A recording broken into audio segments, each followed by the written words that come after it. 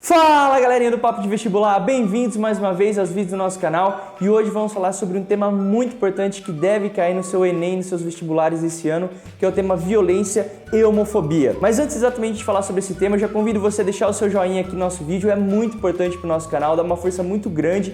E também se você não é inscrito no Papo de Vestibular, aproveita já nesse vídeo, dá uma pausa, vai lá e se inscreve e ativa as notificações para você continuar recebendo muitos vídeos até suas provas de vestibular, para você conseguir se preparar da melhor forma possível. Bom, mas antes de trazer um debate de acordo com uma estrutura de redação, para trazer ideias para você fazer uma redação sobre esse tema, homofobia e violência, eu quero trazer para vocês 3 motivos pelos quais eu acredito que esse tema vai ser muito forte nos vestibulares desse ano.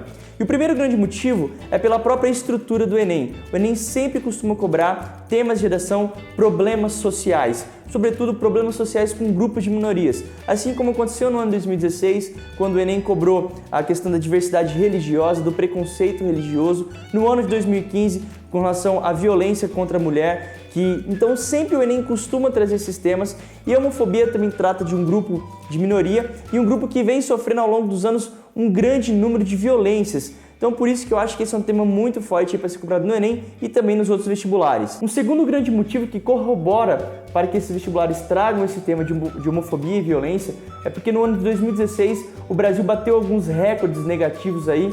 O Brasil se tornou o país que mais mata transexuais no mundo, passando o México e os Estados Unidos. Isso são dados do grupo de gays da Bahia, que faz um levantamento.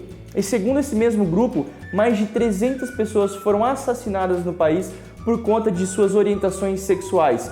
Isso significa que a cada 25 horas, uma pessoa morre no país por conta de suas escolhas sexuais. Segundo uma pesquisa realizada também pela USP, a Universidade de São Paulo, a cada 10 LGBTs, pelo menos 7 já sofreram algum tipo de violência física ou verbal. Então, por conta de todos esses dados, eu acredito também que esse tema ele vai ser tratado sim nas suas provas desse ano de 2017. E exatamente também por conta desses dados, a mídia brasileira, e esse é o terceiro motivo pelo qual eu acredito nesse tema nas suas provas de vestibular, a mídia começou a tratar também de uma forma muito mais forte essa questão da diversidade sexual. Temos, por exemplo, na novela das 9, Força do Querer, a personagem Ivana, que ela é uma mulher, mas ela está passando por esse processo de transformação, de assumir a sua identidade de homem.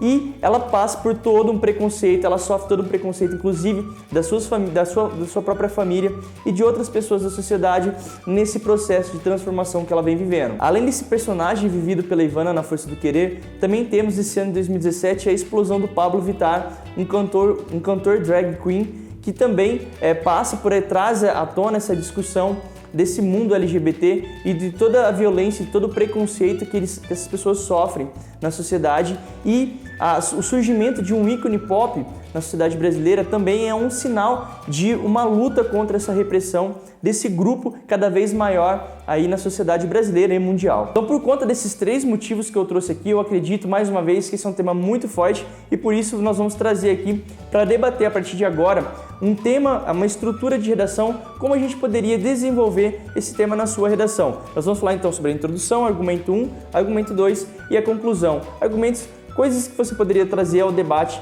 dentro da sua prova no vestibular. Bom, na sua introdução você poderia trazer no seu aspecto histórico que a homossexualidade, ela sempre foi discutida nas últimas décadas, se isso é uma questão biológica, tratado como um problema biológico muitas vezes, até desde a época do Hitler, por exemplo, ou se é uma questão social, cultural, ou seja, essa escolha sexual ela vai acontecendo com o desenvolvimento da vida do indivíduo. Então essa questão biológica ou cultural sempre foi muito discutido ao longo das décadas, das últimas décadas, ao ponto de que apenas em 1990 a OMS, a Organização Mundial da Saúde, ela retirou das suas análises que a homossexualidade ela era uma doença. Então olha só como ele é um debate extremamente recente. Apenas em 1990, a OMS ela deixa de tratar o homossexualismo como uma doença e passa a tratar como um grupo de indivíduos com o respeito que essas pessoas merecem. No primeiro argumento da sua redação, a gente pode trazer os aspectos mais macros da nossa sociedade, ou seja, quais são as leis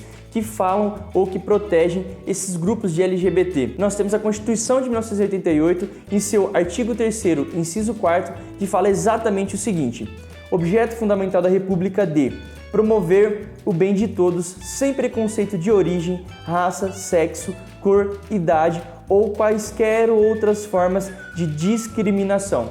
Então, o que a gente percebe nessa Constituição de 1988? Lembrando que a OMS só retirou o homossexualismo como uma doença em 1990. Então, na Constituição de 88, a gente percebe que existe uma lei muito abrangente que descriminaliza as pessoas, que faz qualquer tipo de preconceito. Aí tem até um trecho que fala assim, ou quaisquer outras formas de discriminação. Então, quer dizer, é uma lei muito abrangente que deixa aberto a interpretação dos juízes com relação a qualquer tipo de preconceito que sofra os grupos LGBTs. No início do século XXI, houve uma mobilização muito grande do grupo LGBT para a aprovação de uma lei da deputada Yara Bernardi que propunha a criminalização dos preconceitos homofóbicos com a punição civil e criminal dessas pessoas que promovesse algum tipo de preconceito contra esse grupo. Essa lei ficou tramitando no Senado por mais de 8 anos e em 2015 ela foi arquivada com a desculpa de que ela iria ferir a liberdade de expressão daquelas pessoas que não concordavam com o homossexualismo. Ela foi muito criticada, sobretudo pela bancada religiosa, que é muito forte no Senado Federal. O que a gente percebe, portanto, é que a legislação brasileira é extremamente abrangente e não consegue realmente criminalizar esses atos de assassinato e repressão com relação às pessoas de grupos de LGBT. Passando para o nosso segundo parágrafo de argumentação e fazendo uma análise mais micro da nossa sociedade, a mobilização das pessoas com relação a essa temática, a esse debate LGBT, a gente pode trazer na nossa redação, por exemplo, a Parada Gay, que ela inicia em São Paulo, na Avenida Paulista, em 1997, com já uma grande mobilização desse grupo que sofre com a repressão social, e no ano de 2006 ela chega a um número extraordinário de 3 milhões de pessoas reunidas em São Paulo na Parada Gay, tornando esse movimento o maior ícone mundial de reunião de grupos de pessoas em prol dessa causa da Parada Gay. E ela, inclusive, foi colocada no Guinness Book como a maior parada gay do mundo. Como conclusão, na nossa redação, a gente pode trazer que, apesar do aumento das pessoas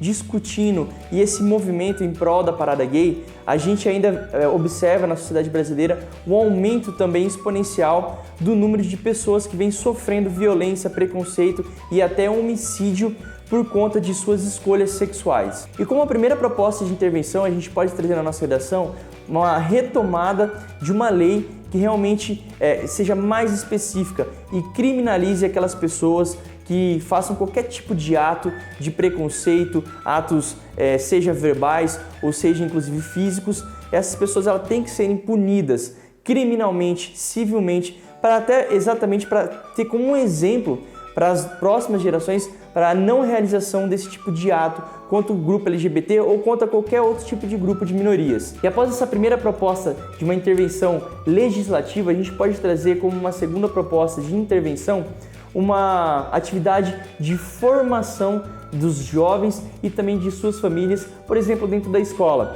Pode-se trazer debates dentro da escola em que traga uma união entre os alunos e os seus pais, as suas famílias, para debater exatamente sobre esses temas, para quebrar muitos dos tabus que ainda existem em volta desses grupos de LGBT, por exemplo, tabus sexuais, tabus inclusive de doenças, enfim, de qualquer outro tipo de coisa, para a gente começar a fomentar realmente uma sociedade muito mais inclusiva. E aí você vai ter que atrelar realmente a família e esses alunos, essas novas gerações que vão adentrar na nossa sociedade futura. Bom, pessoal, então é isso. Essa é a discussão que a gente pode trazer, essas são as ideias que eu trago aqui nesse vídeo de hoje. E já aproveito também, se você tem outras ideias de intervenção, outras ideias para trazer na nossa argumentação, já aproveita para deixar aqui nos comentários o que você traria na sua redação sobre essa questão, sobre a violência e a homofobia, que é uma questão que vem aumentando no nosso país, é um debate muito forte, mais uma vez, que deve cair no seu vestibular. Então traz aqui no seu comentário a sua opinião, o que você achou das nossas argumentações, das nossas propostas de intervenção, traga outras propostas também, porque o objetivo do nosso Papo de Vestibular é exatamente isso, é trazer um diálogo, é trazer novas ideias, para que na hora da sua redação você consiga realmente ter as melhores ideias possíveis para conseguir rumo à sua redação nota 1000. Bom, então é isso, pessoal, espero que vocês tenham gostado. Grande beijo para vocês, professor Bruno Moretti, e até o nosso próximo vídeo.